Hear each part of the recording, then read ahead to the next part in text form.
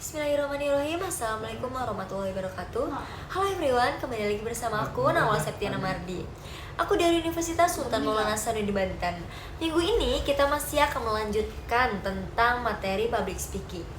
Tapi minggu ini pembahasannya berbeda, lebih panjang, lebih jelas, dan lebih matang. Dan pastinya akan lebih mudah juga untuk kalian mengerti. Jadi ada kutipan dari Ross Townsend, yaitu kemajuan karir Anda dalam perusahaan bekerja hampir tidak ada kaitannya dengan keahlian yang Anda miliki, tapi kemampuan komunikasi dan presentasilah yang akan menentukan karir Anda di masa yang akan datang.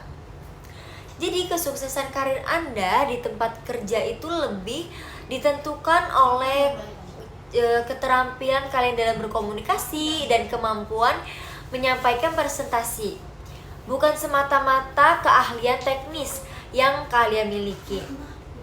Berbicara di ranah privat dan publik, berbicara di wilayah privat nih ya, seperti dengan keluarga atau sahabat, berbeda dengan berbicara di ranah publik yang melibatkan keberagaman audiens, jumlah orang, tempat, dan jenis acaranya.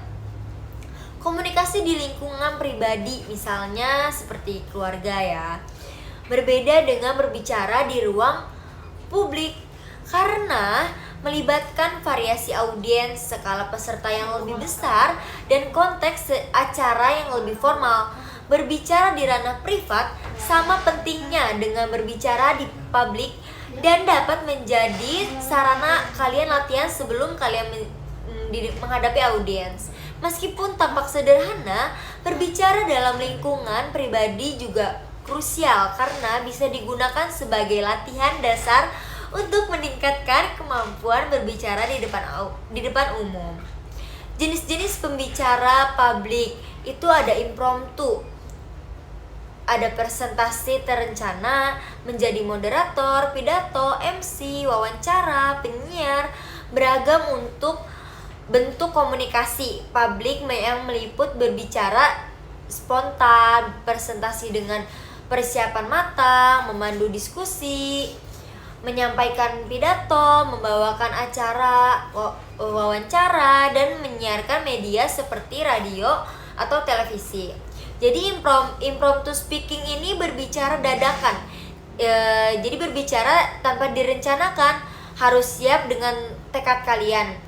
Harus kenali juga dan audiens dan forum. Berbicara spontan tanpa persiapan menuntut keberanian atau kesiapan mental, dengan tetap memperhatikan kepada siapa dan dalam konteks apa kalian berbicara yang kalian lakukan.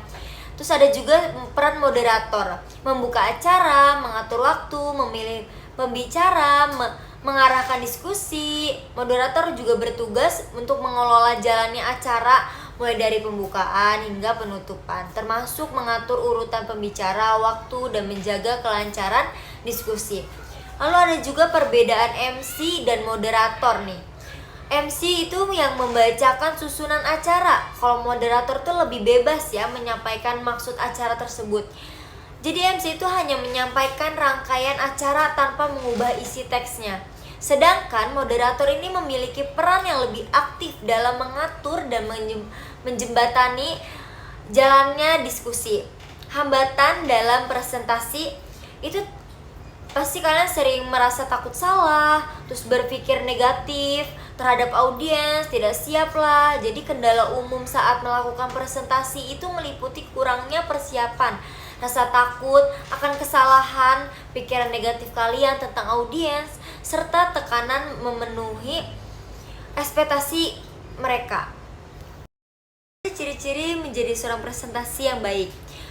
Jadi harus terstruktur, memakai alat bantu, ada sesi tanya jawab, punya tujuan jelas dalam presentasi. Presentasi yang efektif biasanya bersifat formal, direncanakan dengan baik, menggunakan media bantu, melibatkan partisipasi audiens melalui sesi diskusi, dan diarahkan pada tujuan tertentu.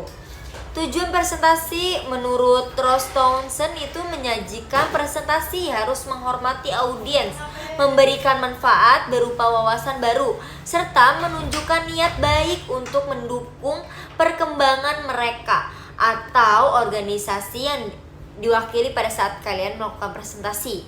Mengatasi demam panggung. Untuk mengatasi kecemasan saat tampil di depan umum, di depan audiens, disarankan untuk sering berlatih. Tiba lebih awal sebelum tampil, mempercayai nilai dari materi yang dibawakan, dan menghindari pikiran yang negatif. Jadi pembahasan minggu ini cukup panjang ya, cukup jelas juga aku rasa penyampaian aku di kali ini. Mungkin cukup sekian dari aku, kurang lebih yang mohon dimaafkan. Wabillahi taufiq wal hidayah. Wassalamualaikum warahmatullahi wabarakatuh.